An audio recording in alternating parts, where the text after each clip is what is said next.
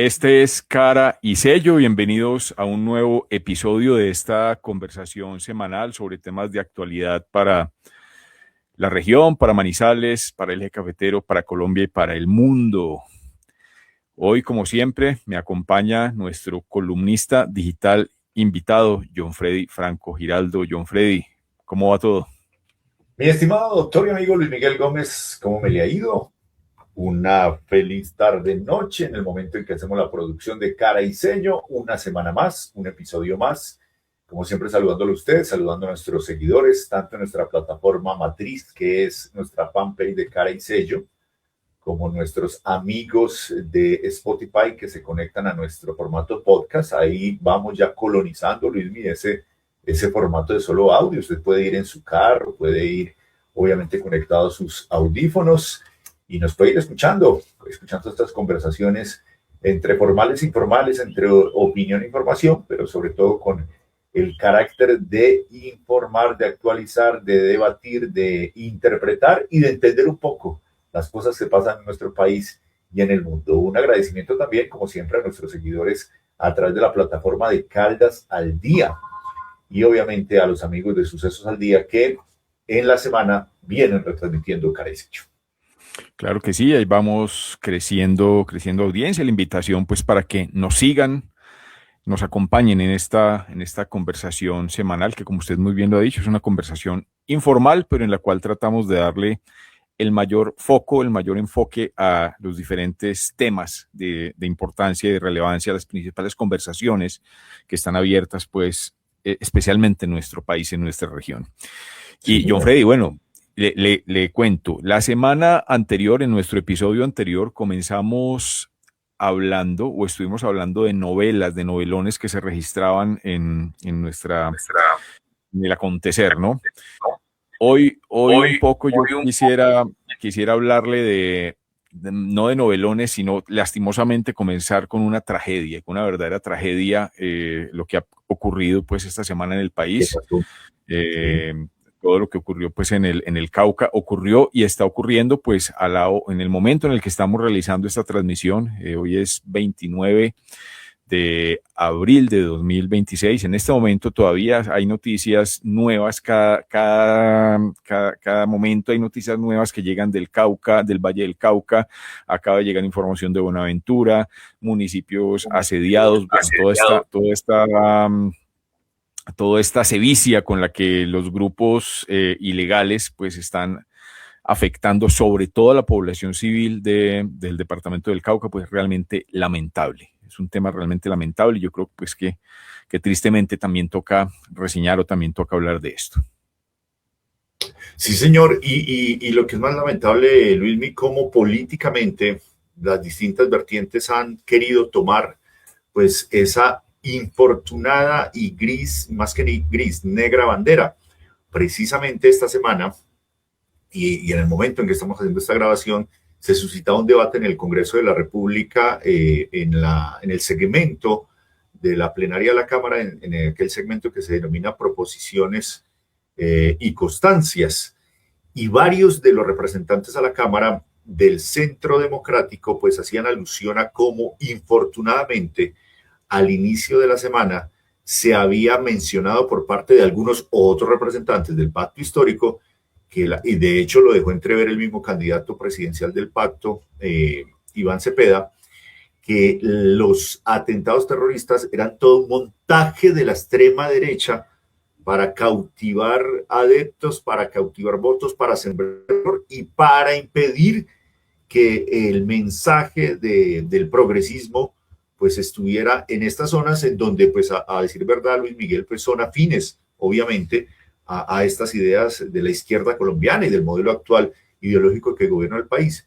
Yo no sé hasta dónde, Luismi, eso tenga tanto desierto, tanto asidero, porque es que yo me resisto a creer que por mentes perversas pase, políticamente hablando, la posibilidad de que usted instale un carro bomba que vuele en 1000 pedazos A 20 buses de personas. transporte público, chivas, que era lo que transportaba el transporte rural autóctono de nuestras tierras colombianas en la zona rural, en esta vía allí en el departamento del Cauca, pues yo no creo, me resisto a creer, me daría mucho dolor de patria que eso llegara a ser cierto. Pero hoy ya eso ha quedado desvirtuado porque las disidencias de Iván Mordisco oficialmente en un comunicado salieron a reconocer y atribuirse el acto terrorista.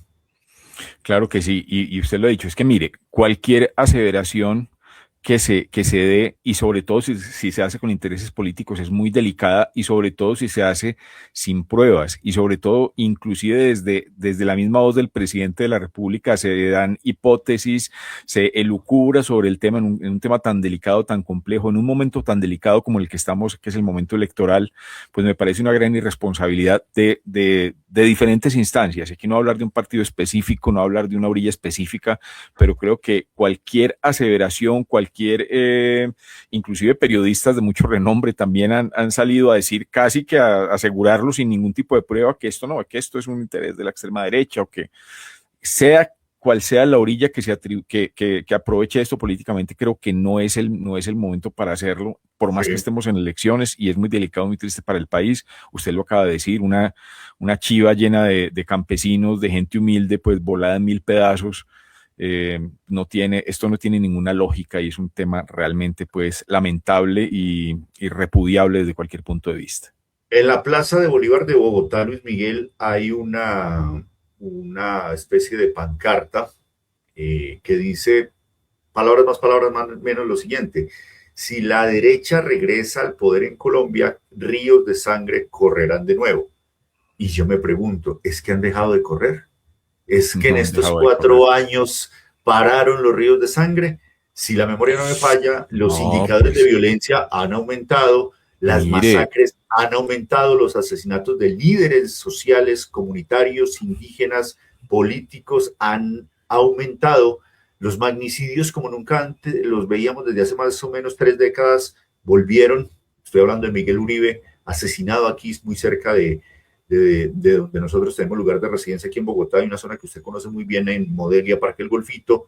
Entonces yo digo, venga, se han aumentado el número de hombres alzados en armas, no desde la índole guerrillera con ideología o lucha de clase política, sino narcotráfico, las famosas bandas criminales. pues Entonces, hoy lo creo que decía ese Socapitales, argumento se ¿no? cae.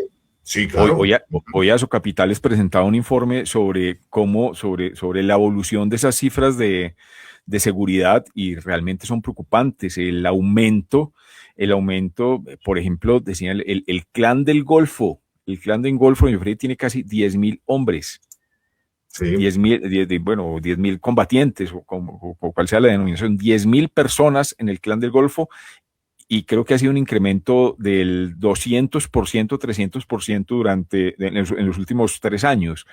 Entonces, pues realmente es bien, bien complicado.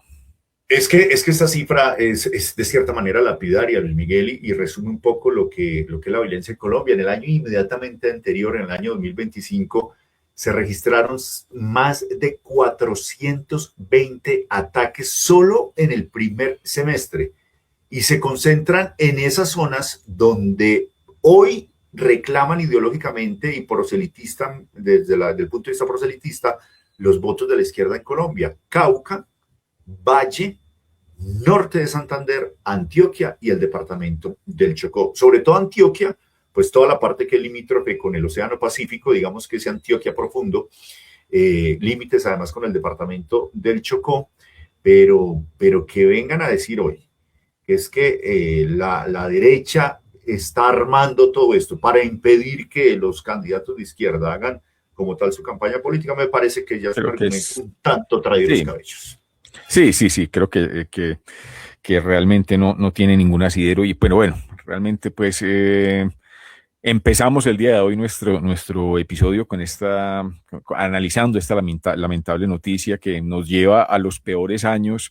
Y aquí también retomo una frase muy interesante que dijo el alcalde Eder de Cali esta semana, que me dejó pensando Sí. mucho, y es que él decía, mire, esto que está pasando esto que está pasando con estos grupos, que son grupos ligados al narcotráfico, a los carriles de droga que salen por el Cauca, por el Valle hacia el Pacífico, etc. Esto se parece más a la problemática de México que al Colombia de hace 20 años. Es más parecido a lo que está pasando en México, porque son grupos ligados a grandes carteles de narcotráfico internacional, a unas cadenas de narcotráfico pues bien complejas. Entonces me pareció interesante eso. Se parece más a México, nos estamos pareciendo más a las dinámicas mexicanas, esto que está pasando. Es más parecido a México que inclusive a la misma época de Pablo Escobar, decía Sí, señor. Eder. Y me parece muy válida esa acotación. Bueno, John Freddy, pasando a otro tema relacionado claramente, porque por esta época todo lo que tenga que ver con política está relacionado. El tema de las encuestas, que yo creo que no hubo, las encuestas que salieron esta semana, tuvimos Inbamer, tuvimos Atlas Intel, tuvimos por ahí un Sí, Polymarket también, que el Polymarket pues es una herramienta que sale permanentemente, pero digamos que Atlas Intel, CNC también tuvimos, ¿cierto? sí, señor, Centro Nacional de Consultoría, Tuvimos Inbamer, Inbamer y Atlas Intel, una que salió también recientemente. Yo creo que no hubo mayores sorpresas, no hubo mayores sí, sorpresas. Yo creo que esperábamos esas cifras, definitivamente una consolidación importante de Iván Cepeda, eh, que mucha gente decía que su techo llegaba hasta el 30 y pico, pero ya estamos hablando de 44 punto y pico en la 44.3 en la encuesta de Inbamer. No, no fue tan alto en la del CNC. Eh, un movimiento o un crecimiento en la de Inbamer destacado por parte de Paloma Valencia, creo que definitivamente es la que más números movió en estos meses y que ya hay un tema bien interesante. Y yo diría que un estancamiento relativo de Abelardo de la Espriella, ¿no? Eso es como lo que uno podría leer, pero creo que tampoco es muy sorpresivo esto que está pasando. sí, señor. Y al momento también de hacer esta producción de Caricello para hoy, hay otro Polymarket que, pues, digamos que no tiene mayor variación en el respecto de los que usted acaba de mencionar.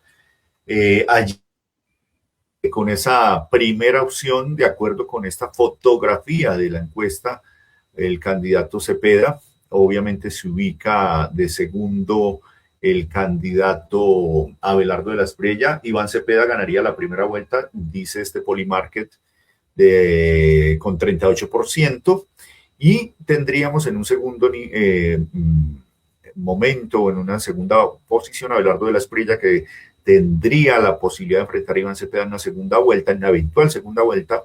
La encuesta más reciente de Atlas Intel, esto fue para la revista Semana.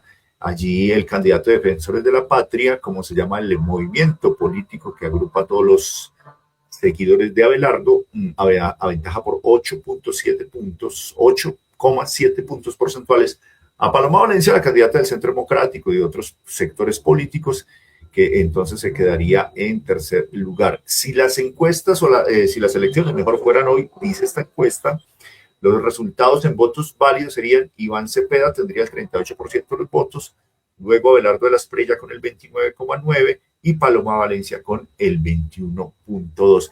Pero déjeme, Luis Miguel, yo busco aquí entre mis archivos un muy interesante análisis que salió en el portal Pulso, Pulso con Z, me Sí, imagino que usted lo sigue, claro que porque sí. me parece muy interesante que lo traigamos a colación, dado que le hace una mirada al tema de la encuesta que usted mencionaba hace algunos minutos.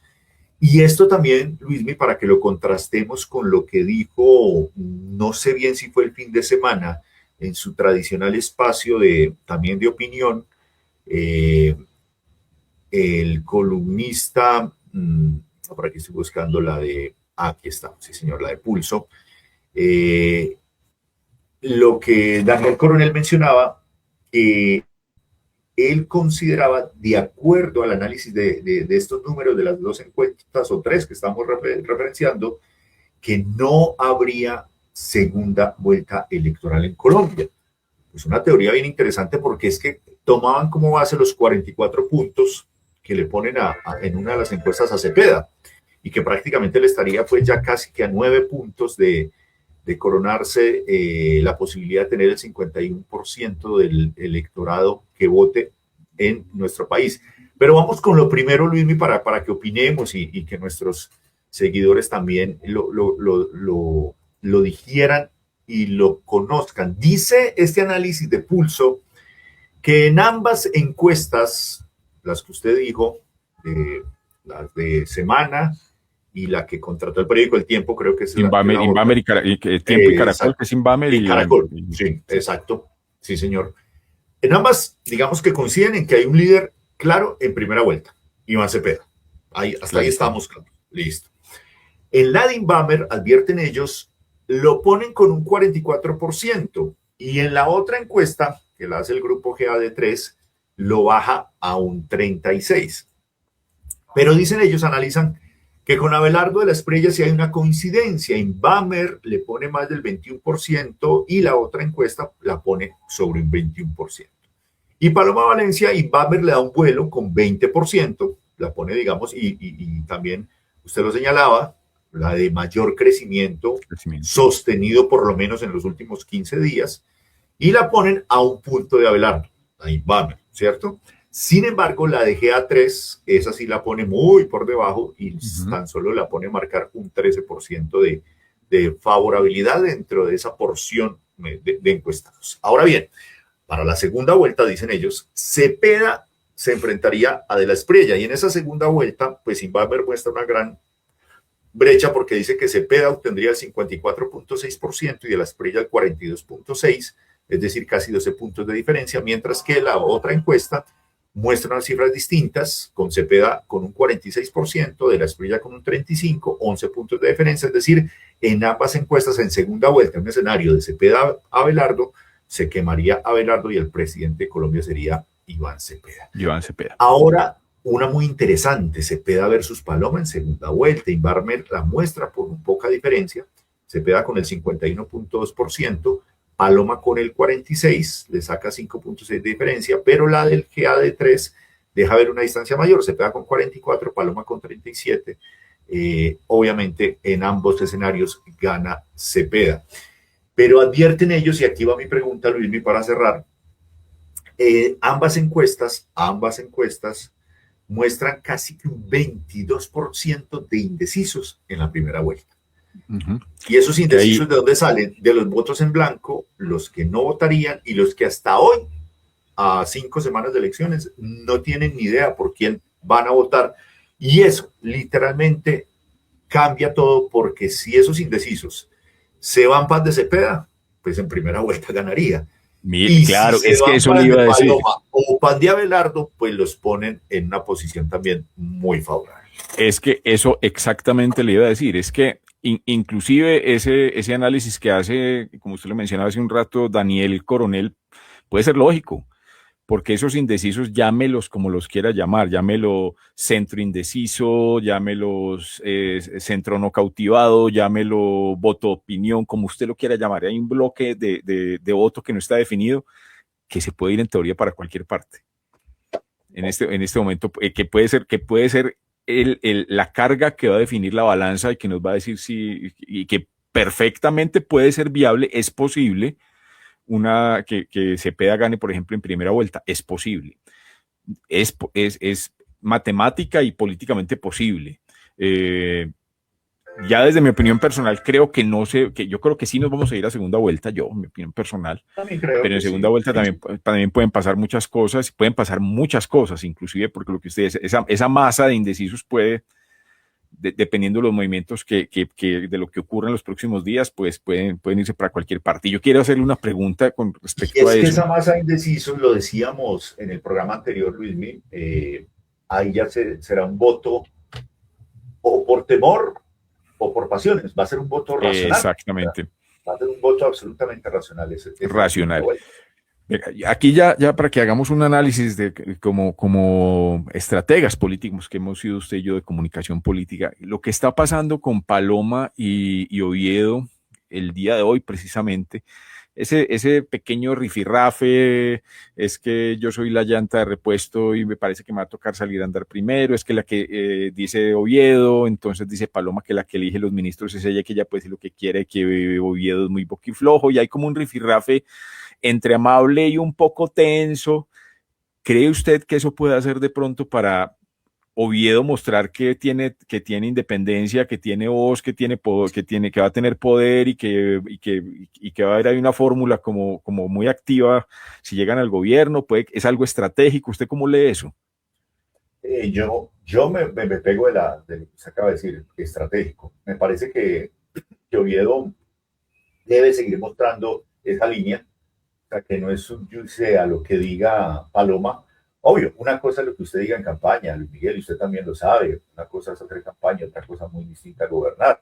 Pues obviamente quien tomará las decisiones de este país en caso de que llegue a ser la primera mujer presidenta de Colombia será Paloma Valencia, por encima de lo que opine o no opine el señor vicepresidente de la República. Lo estamos viviendo hoy en día.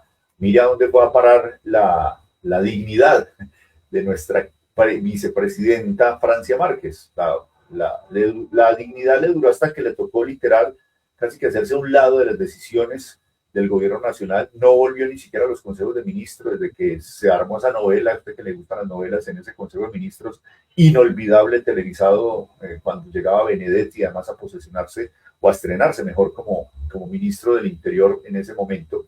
Entonces yo creo que a mí me parece que Oviedo lo está haciendo bien. Oviedo con generando ese tipo de conversaciones que se trasladan a lo digital, porque allí es donde se multiplican, pues está mostrando el talante que tiene. Yo creo que Oviedo es un hombre de amplio criterio, de sobre todo amplia visión de lo que es ejercer o el ejercicio del gobierno, el ejercicio de la gerencia de lo público, que hay una dosis de pronto sí de estrategia enfocada a eso, a mostrar, independiente de que están hoy como conjunto, como pareja presidente y vicepresidente, ambos, Paloma, Oviedo, tienen sus criterios y los sabrán resolver internamente, ¿cierto? Me parece que eso les da cierto margen, porque mientras Oviedo está dedicado a tratar asuntos de gobierno, de Estado, de una futura vicepresidencia, pues por otro lado vemos un poco brillo y un poco protagonismo de las otras dos fórmulas vicepresidenciales. Había Quilpué, en el caso particular de Iván Cepeda. Claro que esta semana la vi también un poco activa en los medios de comunicación, y José Manuel Restrepo bailando. Creo que sí. Creo que no. Bueno. O sea, si el hombre vuelve a la universidad, uno ya lo mirará con otros ojos. Porque sí, no, por Dios, por Dios. Eso me hizo acordar de eso. Yo me hizo prefiero ver a un Oviedo peleando, entre comillas, con su fórmula presidencial que haciendo por ahí piruetas. No, es que mire, es que a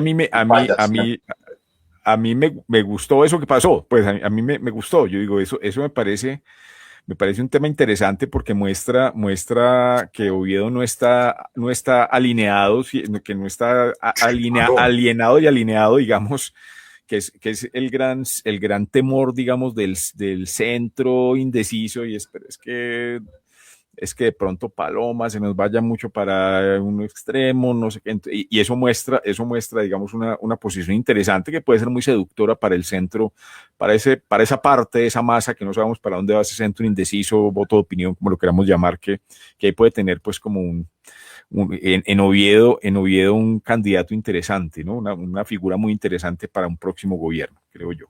Así es, señor. Muy bien, doctor Franco.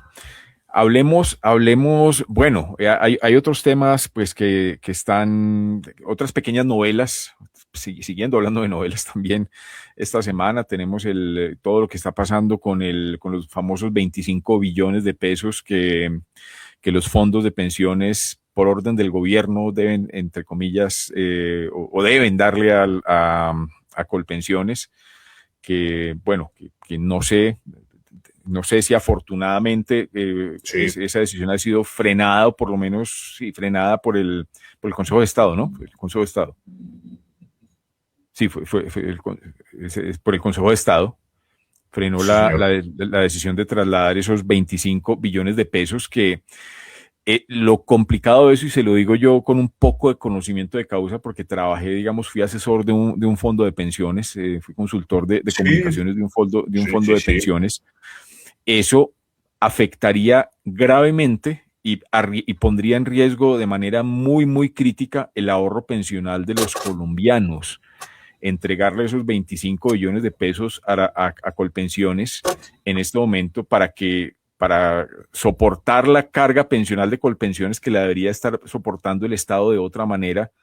Y eso, digamos, es lo que hay que pensar con perspectiva de futuro frente a la reforma pensional, es que ya están tratando de tapar un hueco bien complicado. Imagínense lo que va a hacer eso en 20 años, en 15 años, cuando la pirámide pensional esté invertida, ¿no? Cuando haya mucha gente pensionada, muchos colombianos pensionados Sí, y pocos colombianos sí, sí, jóvenes sí. trabajando para sostener esas pensiones.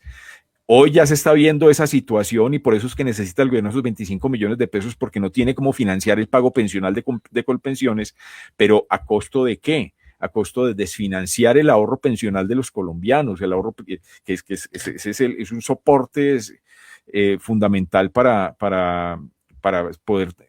que los fondos de pensiones privados, que ahí también hay una cantidad de gente, pues puedan responder también por el ahorro de los colombianos. Es un tema verdaderamente complicado y bueno, esperemos que el Consejo de Estado tome las mejores decisiones y que esto no se convierta pues en un desfalco al ahorro de los colombianos a futuro. Sí, señor.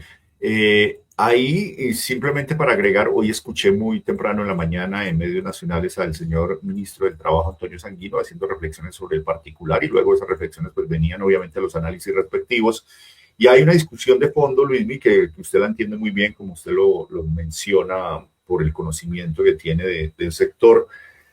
Pero digamos que hay dos partes, ¿no? La primera parte de esos 25 billones, perdón, hay 5 billones de pesos que sí deberían ya estar en los presupuestos o en las arcas de Colpensiones, porque pertenecen a personas que se cambiaron de régimen cuando empezó todo este cuento total, en el 2024. Y hoy lo dijo Asofondos, hoy el sí, presidente de Asofondos lo dijo, sí, eso hay que efectivamente, sí. eso sí. Entonces digamos que saque eso y quedamos ya con una pelea de 20. Y la pelea parece ser, se circunscribe pues a una minucia de interpretación jurídica, porque a hoy tenemos un vacío y un pequeño limbo por cuenta de que la Corte Constitucional no ha aprobado o no ha dado su fallo de fondo frente a el futuro de la reforma pensional que fue aprobada en el Congreso de la República. Porque recuerde usted ahí, Luis Miguel, que se incluye en uno de los artículos de esa reforma pensional que se crearía, dependiente del Banco de la República,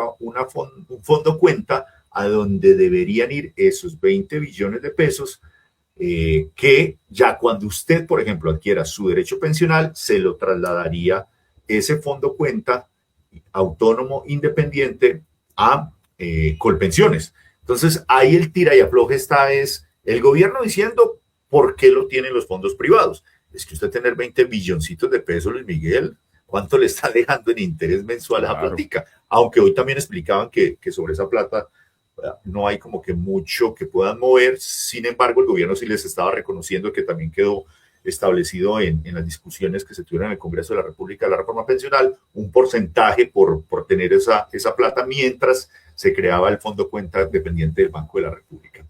Y dicen los fondos, pues es que venga, es que yo no se la puedo trasladar porque la norma dice que hasta que no se cree ese fondo cuenta, la plata no sale de mi control. Sin embargo, escuchaba la voz de otro abogado, es que para abogados, interpretaciones varias, donde hay más de dos conceptos, ahí es enredo. Decía otro, pues que eso se sana muy fácil. Si no hay norma vigente, si la norma entre comillas está congelada porque no es operable, no está como tal sancionada, ni está en vigencia, ni ha entrado en rigor la reforma pensional, pues nos tenemos que regir por lo que hay antes de. Y ahí es donde está el meollo del asunto. El meollo del asunto. Pues bueno. Eso se va a ir aquí por este resto de meses. Yo creo que eso no va a haber mayor hombre, eso se va a ir así por el resto del gobierno. Porque hay un tema susceptible ahí, que es que esa plática puede llegar también, dicen con cierta suspicacia, si llegan estos momentos, pues es un momento absolutamente electoral y uno no sabe qué pueda pasar en Colpensiones internamente y qué destinación le puedan dar a la plata. Así es. Pero bueno, ojalá se tomen las mejores decisiones, que sea lo mejor para los colombianos que van a ser entre comillas, afectados por la reforma pensional, si esta prospera. Usted y yo no Yo tenemos ya me mucho por qué salvé. preocuparnos, doctor Franco, porque usted y yo No, somos señor, ya estamos en régimen de transición, ya estamos de más allá del bien y del transición. mal con ese tema. Ya pasamos las Yo 900 con la semanitas. pensión, yo ya haciendo promedio, con la pensión un poquito más cercana que usted, pero de todas maneras ya Sí. somos régimen de Pero venga, usted está transición. en Colpensiones, se pasó. Estoy en Colpensión, yo pasé hace muchos Sí, yo años, también. Ya hace muchos años hace también mucho, pasé mucho tiempo, Colpensiones. entonces Sí, sí, sí, ya sí. pues estoy en el famoso tema de Y ya promediar lo cumplí mejor las que se 900 pueda. semanitas. Yo Ya. también, no, yo ya voy, creo que por las 1400, alguna Sí, cosa usted me así, lleva una ventajita, sí, señor. ya Sí, una sí, sí. ventajita importante. Bueno, don John Freddy, para cerrar Sí, sí, sí. un colofón Hágale, local, pues, digamos que arranque. una noticia buena, positiva, de esas Qué que le dan a bueno, uno qué ánimo, pasó es en que mi Manizales querido. nuestro señor alcalde salió en el Insight del periódico de la República, Sí, promocionando, ahí hablando vi. de Ajá. que somos una de las ciudades más modernas del país y que, con muchas realidades objetivas que así lo indican claramente. Digamos que hay muchos indicadores, muchas cosas buenas en Manizales, pero me parece simpático y digamos lo agridulce del tema. Hoy precisamente Sí, la caricatura del diario La Patria, o ayer, no estoy muy seguro, del diario La Patria, es que es el alcalde leyendo una caricatura muy simpática de Gómez, el alcalde leyendo el periódico, el Insight del periódico de la República, a punto de irse a uno de los huecos de la deteriorada malla vial de la ciudad que está pues realmente en unas condiciones muy complicadas, que es uno de los grandes dolores de cabeza, yo creo que de la actual alcaldía, el tema de la malla vial, del deterioro, y es una cosa que es real, John Freddy. Usted va a muchos sí. barrios de la ciudad y realmente la malla vial está en las condiciones lamentables. En la avenida paralela, digamos, en sectores como Rabasco es peligroso para las motos y es un hueco, ha habido accidentes. La avenida Santander tiene sectores muy deteriorados, entonces ahí hay un llamado de atención de que sí, efectivamente, le acaban de aprobar vigencias futuras al señor alcalde para varias de las obras de su plan de obras, eh, entre otras cosas, para la recuperación del archivo municipal, para otras obras importantes de la ciudad.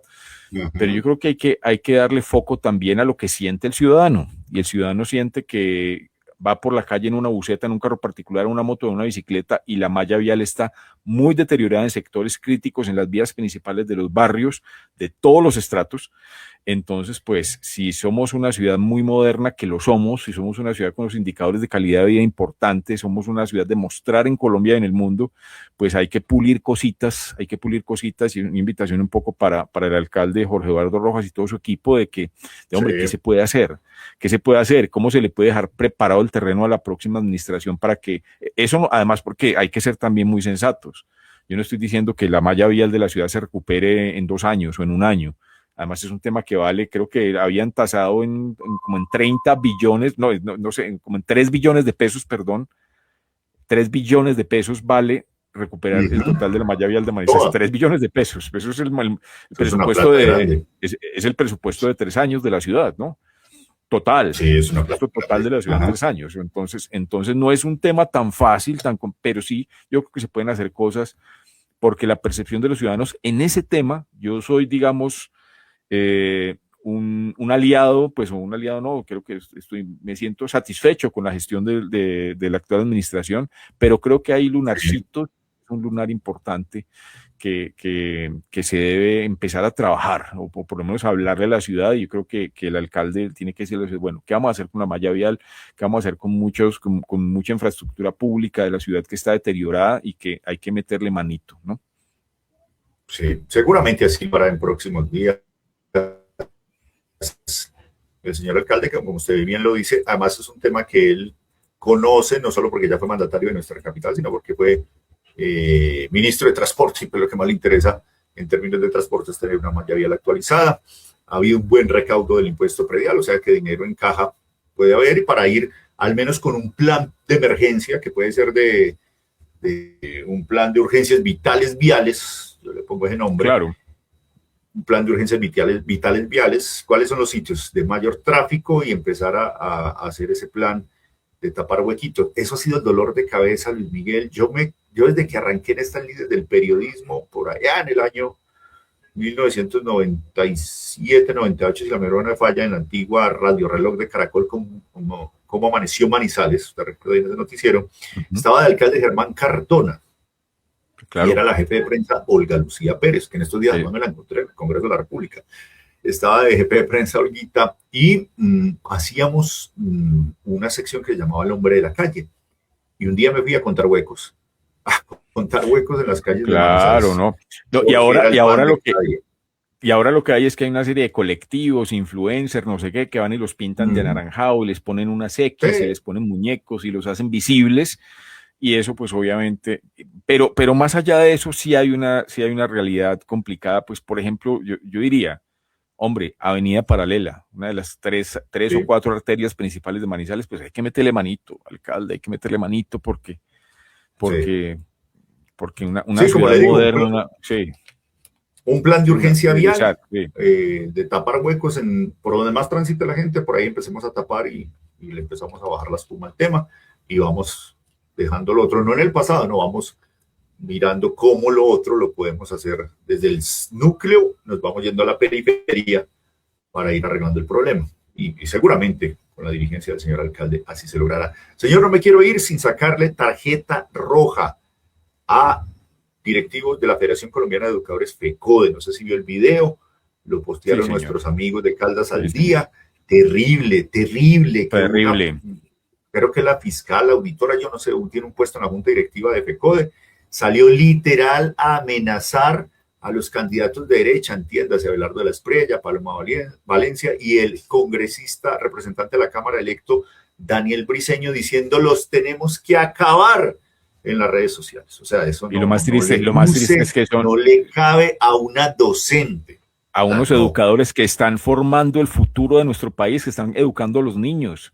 ¿Cómo los pueden educar con un lenguaje de rabia y educar desde lo político con un lenguaje de rabia y dar un ejemplo, directivos docentes dando un ejemplo de intolerancia, un ejemplo de radicalización? Más que un ejemplo, Luis Miguel, era casi que una orden, es que tenemos que prepararnos, tenemos que organizarlos para acabarlos, decía, acabarlos en los medios y acabarlos en las redes sociales. Horrible esta señora. Si algo de dignidad y de ética le queda a FECODE, deberían separar a esa señora de esa junta directiva.